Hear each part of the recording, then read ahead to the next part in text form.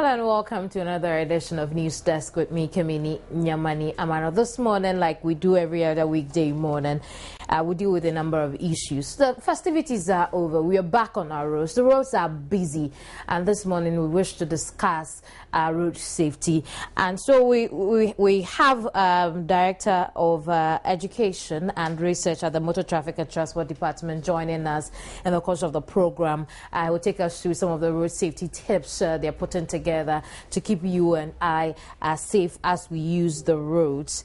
And then also the Ghana Media Foundation, or the Media Foundation rather, for West Africa has been assessing the performance of the Ghanaian media for the past year. We'll bring you a playback of that as well. And in between these two issues, we have a couple more to discuss, including the fact that the minimum pensions pay has been increased by 100%. But what does this mean? We'll try and get an understanding of it. Stay on.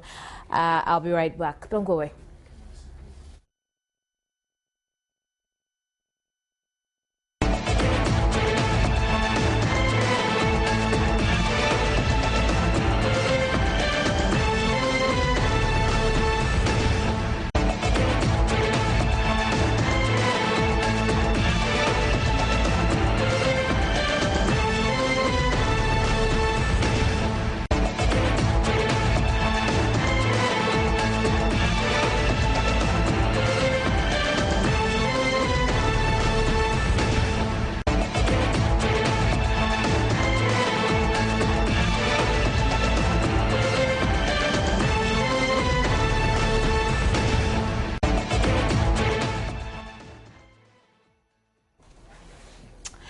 You're welcome back. Now, the Christmas festivities are over. Celebrants are back on the roads, both in the cities and the highways, returning from various locations where they spent the Christmas break. Here at Multimedia, we have been championing the road safety measures before, during, and after the festive season. This morning, we want to assess the impact of these measures on road and the traveling public. How safe are our roads even after the season, so we don't hear of any more accidents or road crashes? DSP Alexander Obin is with the Motor Traffic and Transport Unit. In fact, he's in charge of education and research at the Motor Traffic and Transport Department, rather. And he's here with me in the studio. We'll look at this issue further. Thank you very much for joining us, DSP. Thank you. Happy New Year. Same to you. Let's have a quick overview of 2013 as far as the road safety is concerned and the role the department played. I think thank you very much for the opportunity, and good morning to Ghanaians and our viewers across the world. I think compared with the same period 2012, you can say that January 2013 was a bit encouraging because we are yet to put all the pieces together, but we have it up to December 29th, 2013. When you look at it, and even you compare this whole of 2012, you see that crashes that were reported to us was a bit encouraging because it reduced to 13,696, and those who were killed also reduced to 2,048, because 2014 we had 2,249, and those by 29 December we had 12,543 Ghanaian sustaining various degree of injuries, as compared to about 13,000 last year. So on the face of the absolute figures that are reported to us, we can say that crashes have generally reduced, with its associated deaths and injuries to persons in Ghana. However, we saw that number of vehicles involved in crashes surged over that of 2012.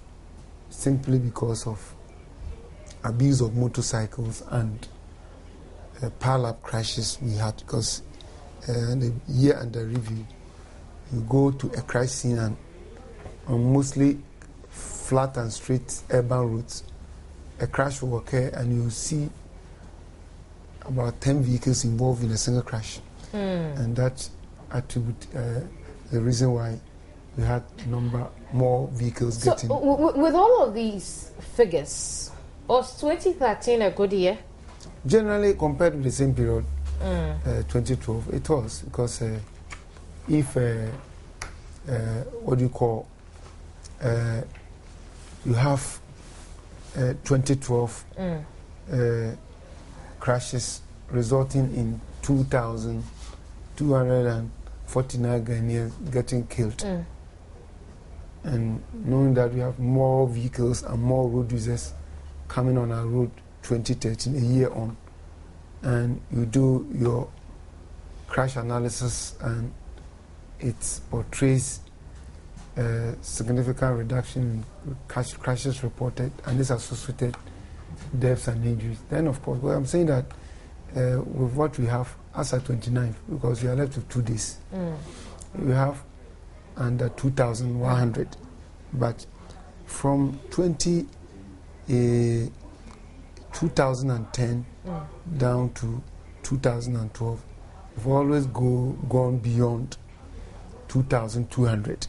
So if in a year, with more vehicles coming on board, with more road users coming on board, you have a minimal number of persons being casualties, either as fatal or injuries, then of course we say that we've done generally, but one death is one too many. Absolutely. So if in a year over 2,000 Ghanaians are getting killed, it is not something that we have to pride ourselves of, but rather should encourage us to put in more pragmatic and proactive measures to target Ghanaians. What do we think may have, I mean, we've already made clear that one life lost is a little too many, and what may have contributed to the seemingly reduction compared to the same period 2012? I think before, during and after 2012 general elections last year, yes, let me say it, we were all over with the support of multimedia and all that. We enhanced our educational campaigns and publicity and awareness creation on road safety. We sustained it through during the Supreme Court order. And we've been proud to 2013 Easter. The Inspector General of Police was with us, the Motor Traffic and Transport Department, and our units on the N1, sensitizing Ghanaians on all the way from Accra to Central Region.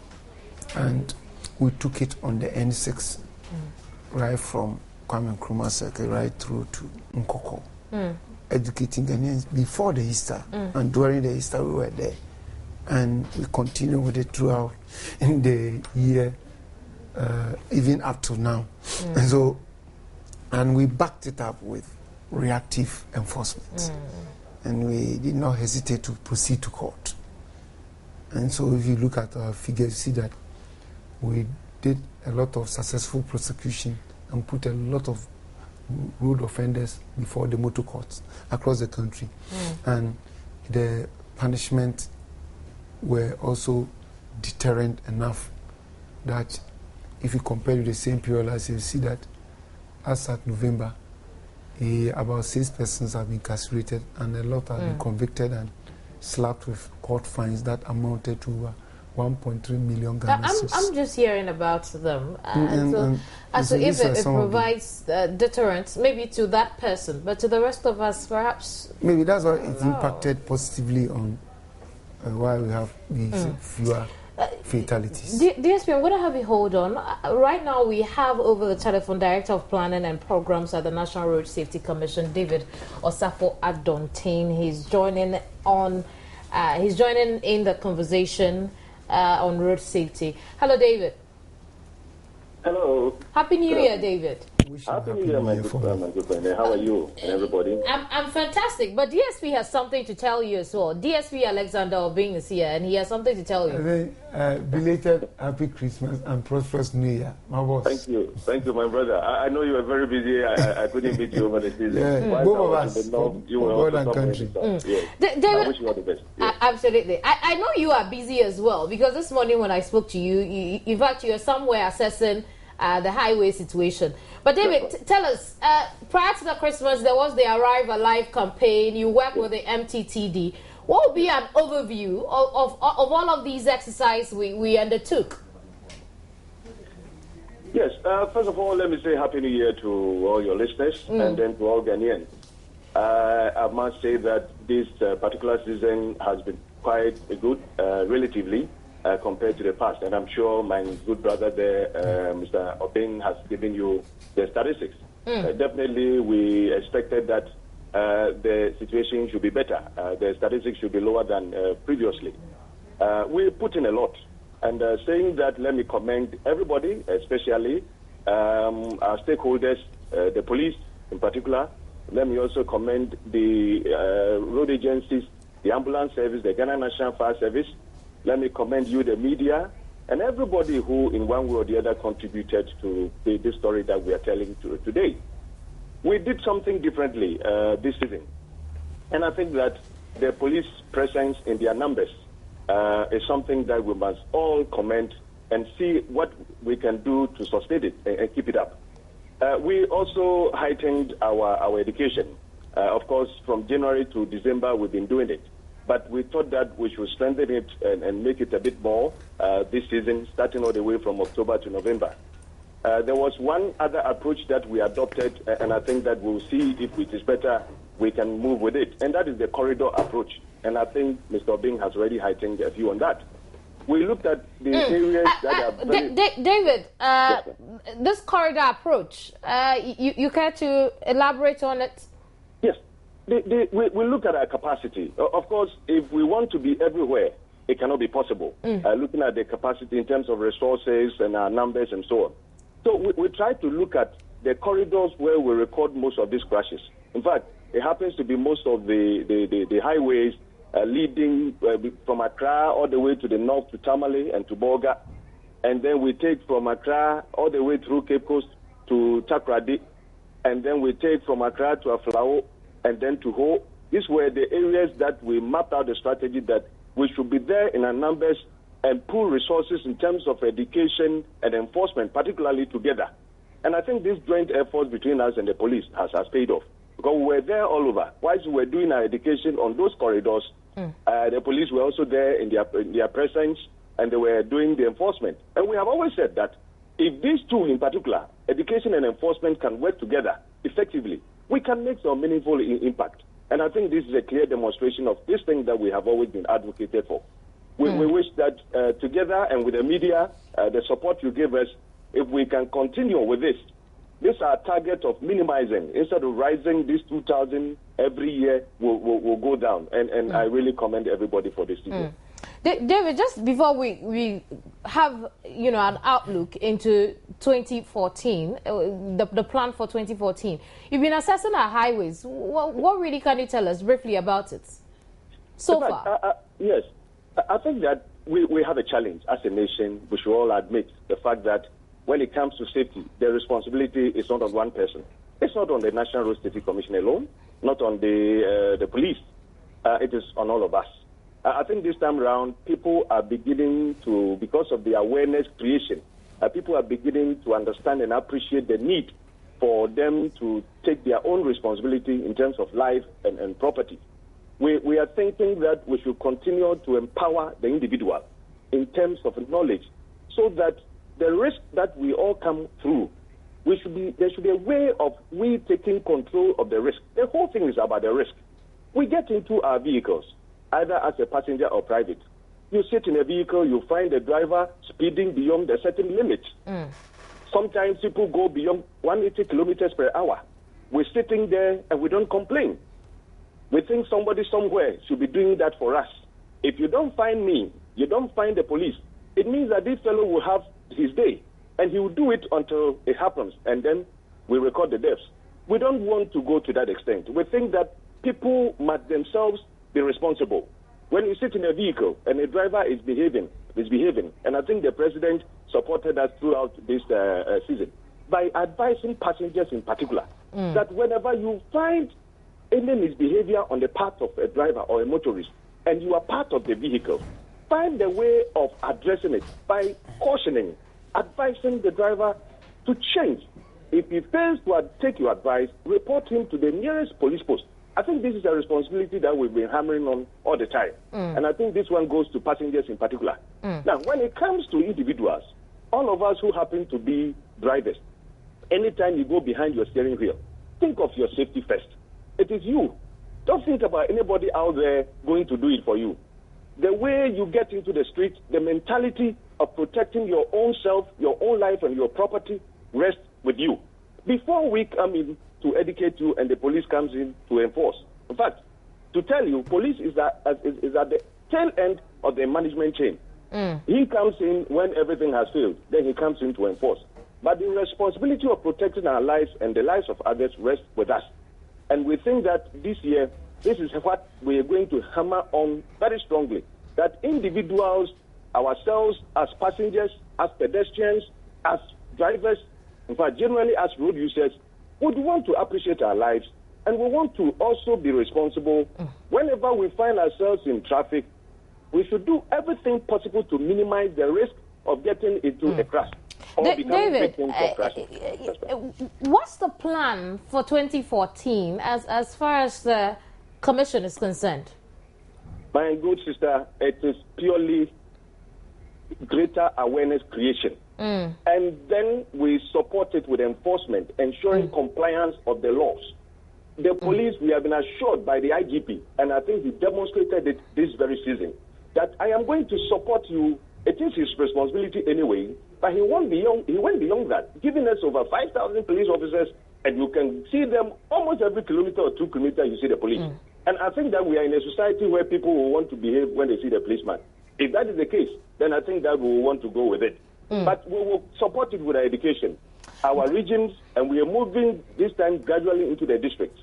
And we are happy that the district assemblies and the metropolitans have also taken it up. You could see it from the mayor of Accra and that of Kumasi and the rest, who themselves also voluntarily joined the train. So I think that with the MMDAs coming in, it means that we can move deeper into the districts, get closer to the communities, and let people understand and appreciate so that they can support the drive.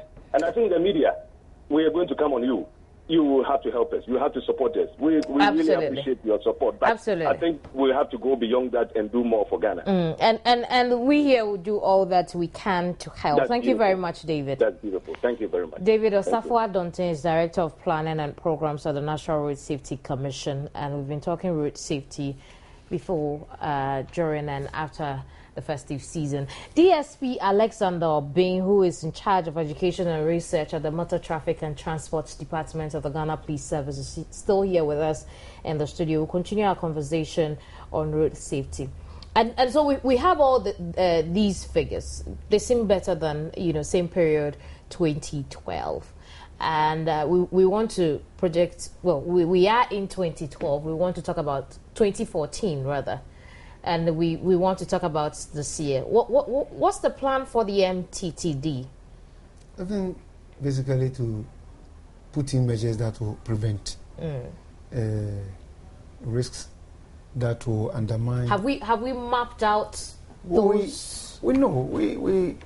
Our statistics show clearly where crashes are occurring, how they are occurring, the magnitude and the trend. And so geographically, if we know where they are occurring or how they occurred, by our crash analysis that we do all the time. For us, we know the black spots. Did we have any new black spots for 2013? We, as I'm speaking, the analysis is ongoing, but some are popping up. The black spots may be situational, and Tado, where that thing happened few days ago. Right. Originally wasn't, but now it has come on the radar.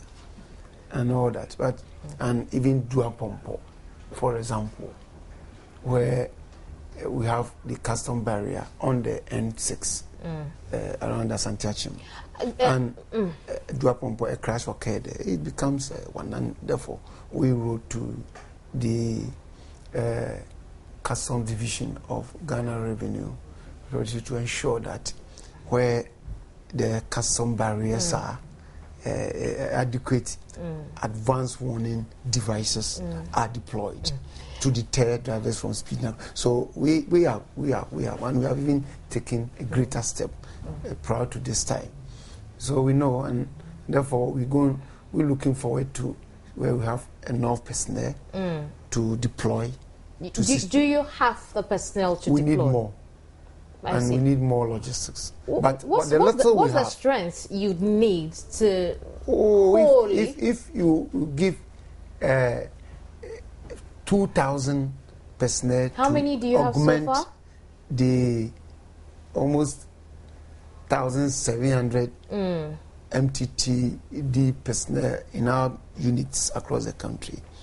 It will help Ghanaians to have their freedom when they are at public places like we had it in across the country with regard to the deployments, and now they are still there directing, controlling and giving assurance, though they may be trafficked, seeing that people look at them, and even if they want to commit any rude offense that will expose everybody to danger, they are deterred.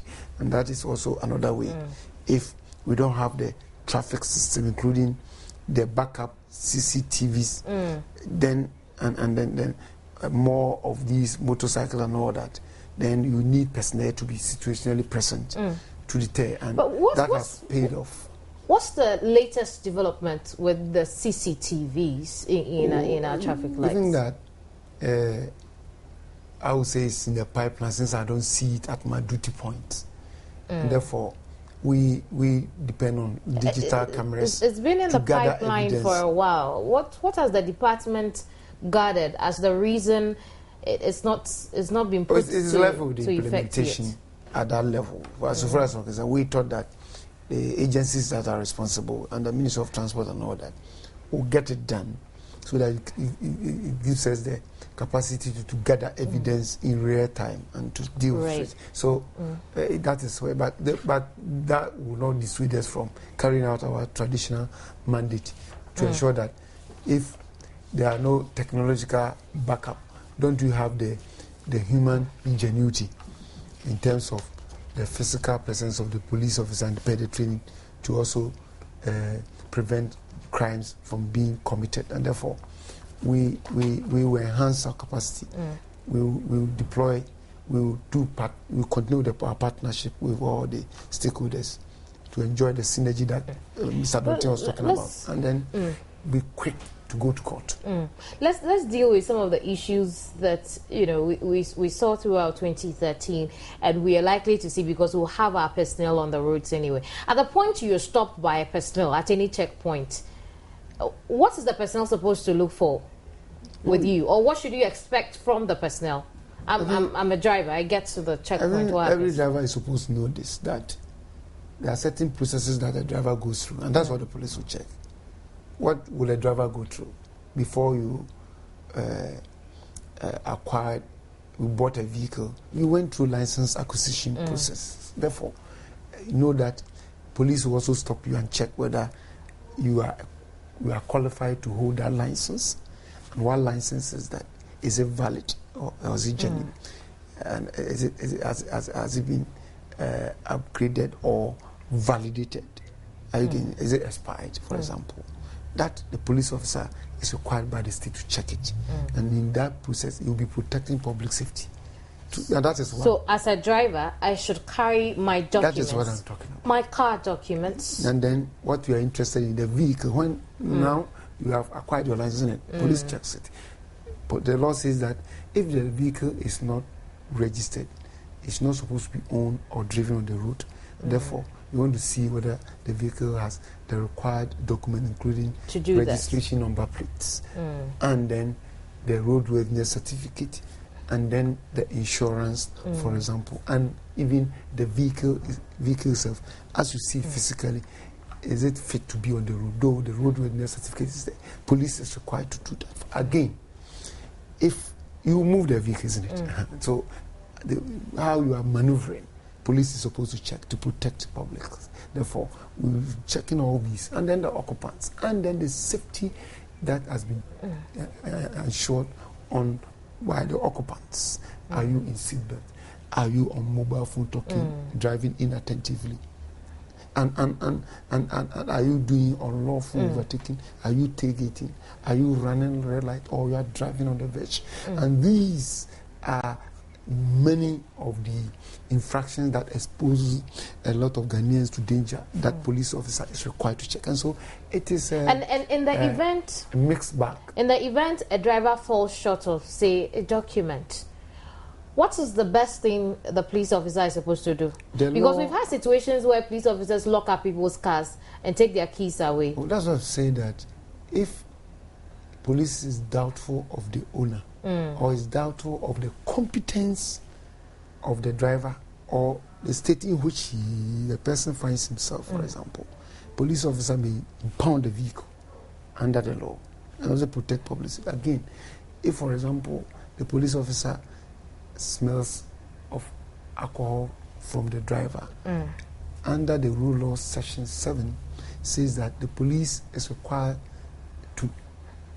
detain the driver till he or she becomes sober, so that you protect the person. I will leave him to walk because you have impounded the vehicle.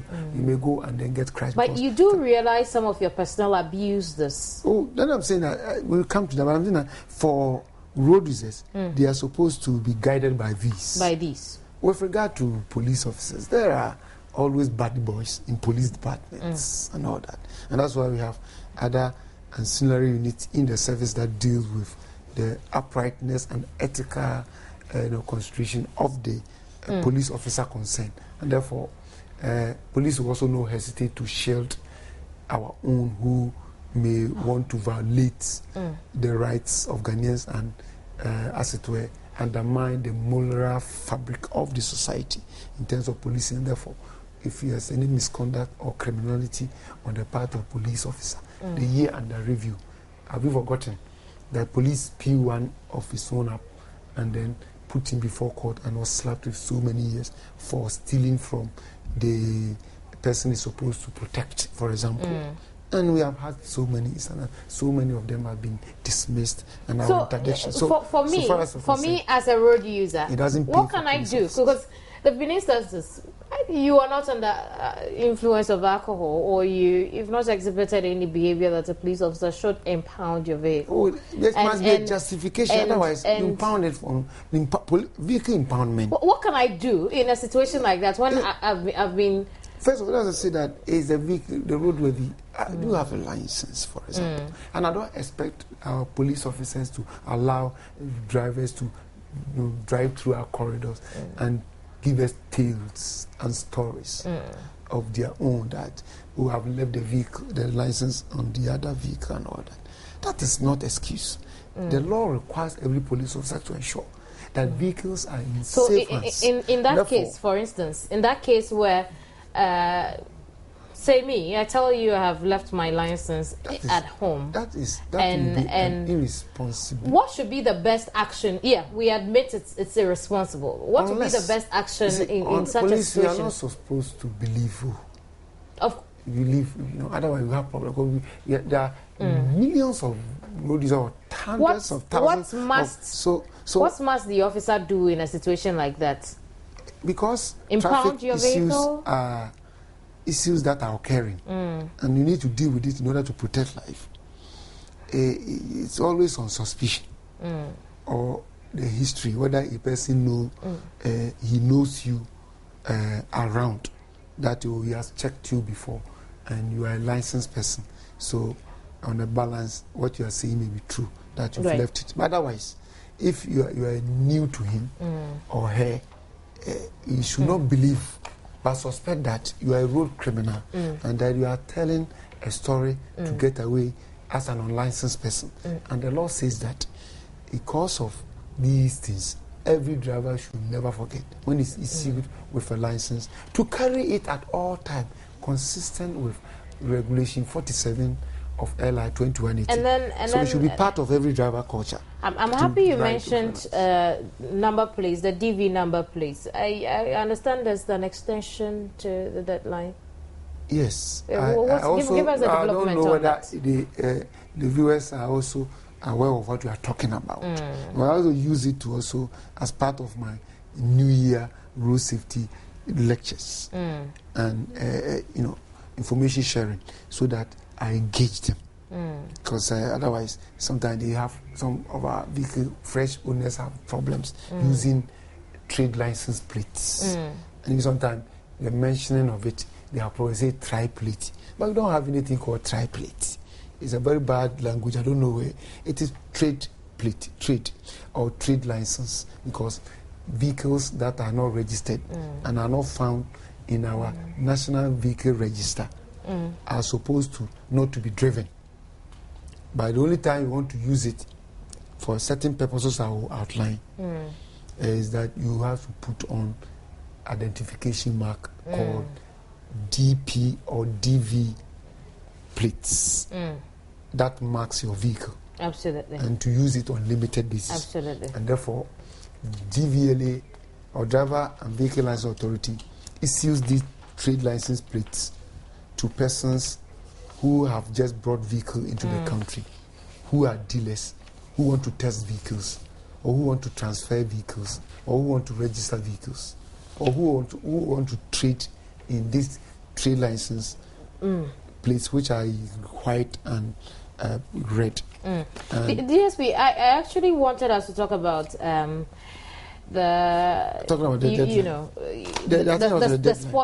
sport fines, but unfortunately, the deadline.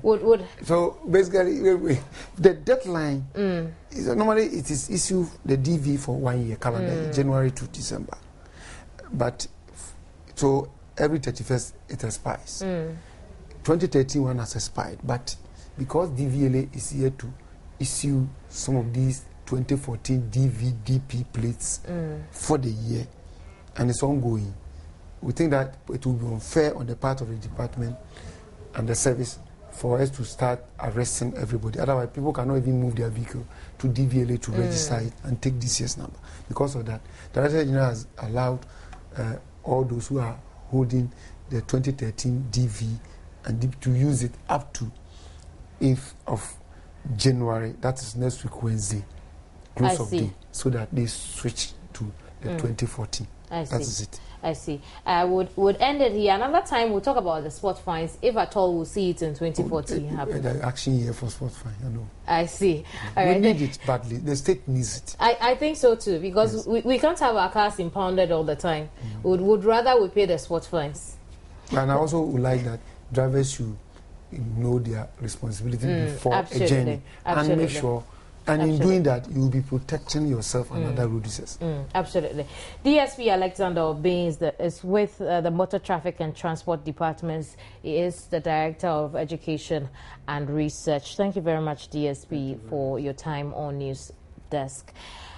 And now, some vehicle owners, since we've been talking about the Driver and Vehicle Licensing Authority, some vehicle owners and drivers who went there to their offices here in Accra, which is the first, at the time of this report was gathered, have protested the new charges. Drivers are asking the DVLA to review the new charges downwards. Meanwhile, the authority has registered 250 vehicles already on the first day of 2014. Let's take a look at this. Perhaps one of the busiest places to find yourself on the first working day of the year is the offices of the DVLA. The early hours of Thursday, January 2, 2014, saw long queues of vehicles on the road leading to the Accra DVLA main office. Vehicle owners and drivers were in a rush in an attempt at acquiring 2014 number plates. In order to prevent and avoid a stampede, owing to the mad rush for the 2014 registration numbers, the authority this year had put in new plans of just allowing 200 vehicles to be registered on every working day. That is what our capacity can handle in a day. So once we are able to tag the 200th vehicle, the 201st vehicle will not be allowed in. We will gently appeal to the person to come the following day, by which time we'll be ready to pick them up. The Deputy Regional Licensing Officer, Vincent Apia, explains the procedure. As the vehicle has been examined and the custom has released the vehicle for registration, payment is done. And the document will be handed over to the issuing clerk through the counter. Then he will do the entries into the register. And every register contains 400. So we start from number 1 though, but depending on which of the clerks that your work is given to, the number is given out according to what is available. All the entries, then we'll detach the copies for the client and hand it over to him with the number plate, and then they will go and fix the number plate on the vehicle. Let's quickly move on to some other issues. And the Social Security and National Insurance Trust has increased the minimum monthly pension by 100%. A statement signed by Evangeline Amegashi, who is Corporate Affairs Manager of SNIT, disclosed that the increase is from 100 to 200 cedis. The statement goes ahead to say no SNIT pensioner, both old and new, will receive a monthly pension amount less than 200 cedis. Let's take a look at it. First, I would like to say that pension payment is salary related, so it's not equal for everybody. So we are going to, I would tell the pensioner who is 90 years and above, 90 years old and above, that your pension has been increased. What you used to collect is going to go up by 10%. So for instance, if the previous pension, the minimum pension that was for 2013 was 100 Ghana cedis. So if you were on 100 Ghana cedis, now we are going to add 10 Ghana cedis to it. Then we're going to add the 9 cedis to it. So now you are not going to collect 100 Ghana cedis again. You are going to collect 119 point, what is the Ghana cedis? So you as an individual, it has gone up by 19 Ghana cedis. It's not... Okay, we'll try and get more understanding of this, because word on the streets is that there is 100% increase in pension pay. Eva Megashi has joined us over the telephone. We'll talk about this further. Good morning, Eva. Good morning. Thank you very much for joining us on News Desk. But let's try and understand this again. What is it? What exactly is it? Annually, by Section 80 of Act 766, SNIT is obliged to increase pension annually, and SNIT does it in every January. Every pensioner whose pension last year was less than 200 Ghana cedis has been brought to 200 Ghana cedis this year. Last year, the minimum pension was 100 Ghana cedis. So those who were on 100 Ghana cedis, they have been placed on 200 Ghana cedis. All other pensioners, their increase will go up by 10% plus an additional flat amount of 9 Ghana cedis, 62 pesos. So here, you were collecting 200 Ghana cedis as your monthly pension. This year is going to go up by 10% of 200 Ghana cedis. It's 20 Ghana cedis, right? Plus 9 cedis, 52 pesos. So this year, your pension is going to be 229 Ghana cedis, 52 pesos. If I'm not sure I understand, let's go through it step by step again. For the minimum monthly pension has gone up 100%. Yes. So from 100 cedis, it's now 200 cedis. For the minimum pension. For the minimum pension. Exactly. Say I'm a pensioner, or there's a pensioner who takes 400 cedis a month. What happens to that 400 cedis? 400 cedis. Yes. The 400 Ghana cedis is going to go up by an increase of 10%. So 400 cedis, increase of 10%, plus an additional flat amount of 9 Ghana cedis, 62 pesos. I see. So for 400 Ghana cedis, you are going to get 10% increase. That is the 40 Ghana cedis. Right. Right. So 40, right. Yes. 440 Ghana cedis plus 9 cedis, 62 pesos. So it is going to be 449 Ghana cedis, 62 pesos. I see. And how have the pension breaking. How has the Pensioners Association been reacting to this?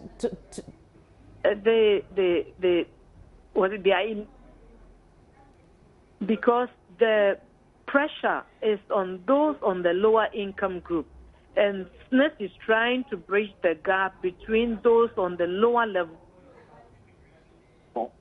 Because as of last year, the highest pension earner was over 14,000 Ghana cedis, and the minimum was 100 Ghana cedis. And you must remember, or it's instructive, is based on 3 elements. 1 is your salary, your earnings. 2, your age at which you retired. And 3, the number of contributions that you made. These are the 3 determinants that will tell you how much you are going to get. So if your salary is so low, those who are collecting the minimum pension, it means that their salaries were so low that even if we use our formula to calculate it, it won't reach anywhere. But SNIT has made it a point that every year they fix the minimum pension, that nobody goes below that. Eva, what's the indexation rate of 20%? Because we've only heard of 10% and a flat rate of 9 cedis, 52 pesos. What's the indexation rate? The indexation rate of 20% is the overall. So if you add the 10% plus the 9 cedis, the flat amount of 9 cedis and 62 pesos, it adds up to the 20%. I see. So if you read, you said that the overall indexation rate of 20%, and the way it is implemented, the implementation is the 10% flat rate, and then the 9 cedis 52% flat amount. So when you put the 2 together, it comes out to the 20%. Right. Thank you very much, Eva, for this explanation. Evangeline Amegashi is Corporate Affairs Manager of the Social Security and National Insurance Trust. And we've been talking about the 100% increase in the minimum monthly pension. The operational word here is minimum monthly pension. And so you should take note of the minimum. It's not exactly in all of... It's not a lump increase in your pension pay. It's only in the minimum. You get a 10% increase in what you already earn as old and new, and then a 9 cedi 52 pesos flat as well added. And so let's move on to something else quickly. And a 24-year-old suspected armed robber is in the grips of the Odoko police in connection with some robbery incidents and terrorizing of persons at Ablikuma. The suspect, Samiru Salifu, has been on the police wanted list for about 5 years. The police, Samiru Salifu was arrested upon a tip-off on January 1. The police said they laid surveillance and arrested him this Wednesday morning at his hideout at Odoko. The Odoko District Police Commander, Superintendent Abraham Akwa told Joynews, the suspect has been terrorizing the people of Ablikuma for about 5 years now and has been on the police wanted list. The fact is that we have been laying surveillance on him for so many years now. He's very slippery, and anytime you get wind of him, before you get there, he has already escaped. But unfortunately for him yesterday, he couldn't escape. Yes, our information was it was accurate, so we met him on target. But incidentally, the place was very dark. He saw us first, so he was able to escape. But whilst fleeing, he started shooting sporadically with a view to scaring off the team, and we also returned fire. However, we discovered that he had sustained gunshot wounds So the following morning, you followed up and you saw him hiding in a hideout. So we managed to arrest him. He said the suspect will be sent to the Accra Regional Office to be further processed for court. In a related story, a suspected armed robber has been gunned down in the Ashanti region. Do we take a look at that story? Deceased, who is a Fulani, exchanged gunshots with the patrol team. Others in the robbery gang managed to escape. The robbers blocked the Bonyere Jabin Road in an attempt to rob passengers. The Ashanti Regional Police Commander DCOP Augustine Jenin said a patrol team in the area stormed the scene to stop the intended robbery. Some used and live cartridges and a knife were retrieved from the deceased. The regional police commander appealed to the general public to offer information that would lead to the arrest of those who escaped. The police also assured residents in the region they will continue to protect them and fight crime. In another development, DCOP Augustine Jenin cleared the air on recent media reports of the kidnap of a 17-year-old girl. We have been able to get the girl. I can tell you, she was not kidnapped. She went to the boyfriend.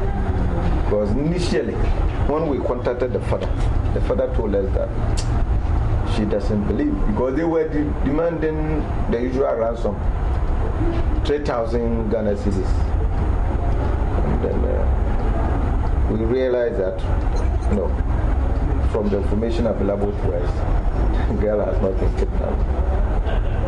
It will be one who takes care of a girl here said that when they vacated and he was expecting the girl home, the girl said that, hey, we are doing some all-night prayers and then there's carol night, so she's not coming home. She will come home the next morning. The next morning, he was waiting, the girl was not coming. Then later on, when he called, the girl said that, look, a vehicle brought us from school, so I've already boarded a Metro Mass bus. And I said, but you have things with me, you should have come home to take them. Anyway, then after some time, he said he has been kidnapped. And when he was asked, you told me you were on Metro Mass going, so were you kidnapped in the Metro Mass or where? I said, oh, when I got to the Metro Mass.